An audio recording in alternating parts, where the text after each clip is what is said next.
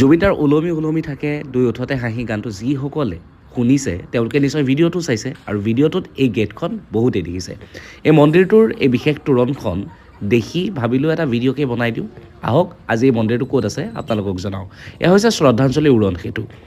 শ্ৰদ্ধাঞ্জলি উৰণ সেতুৰ পৰা এতিয়া আপুনি গীতানগৰৰ ফালে যাত্ৰা আৰম্ভ কৰক। গীতানগৰ থানা পাৰ হোৱাৰ পিছতে আপুনি দেখিব এই বিশেষ তোৰণখন। এই তোৰণখন পালে মানে মন্দিৰটো পাই গ'ল। এতিয়া এই তোৰণখনেৰে আপুনি কিছু ওপৰলৈ উঠিব লাগিব, মানে পাহাৰ বগাব লাগিব। পাহাৰ বগাই আমি প্ৰত্যেকেই খুব বেছি ভাল পাওঁ। আপুনি বেয়া পায় নেকি? যদি বেয়া পায় কমেণ্টত লিখিব, মই কিন্তু খুব ভাল পাওঁ। অলপ দূৰ এনেদৰে পাহাৰ অতিক্ৰম কৰি অহাৰ পিছত এয়া আপোনাৰ সন্মুখত গীতা মন্দিৰ। গীতা মন্দিৰৰ সন্মুখতে আছে এই বিশেষ তোৰণখন। এতিয়া মন্দিৰৰ তোৰণখনৰ কাষতে এনেদৰে চাকিৰ দোকান আছে। আপুনি তাৰ পৰা চাকি কিনক আৰু তাৰপিছত আপুনি মন্দিৰত প্ৰৱেশ কৰক। বৃহৎ মন্দিৰটোৰ সন্মুখভাগতে আছে প্ৰভু ভগৱন্তৰ এই বিশাল মূৰ্তিটো। বিশাল মূৰ্তিটোত আপুনি এটা সেৱা জনাওক আৰু তাৰপিছত মন্দিৰটো প্ৰদক্ষিণ কৰক। মন্দিৰ প্ৰদক্ষিণ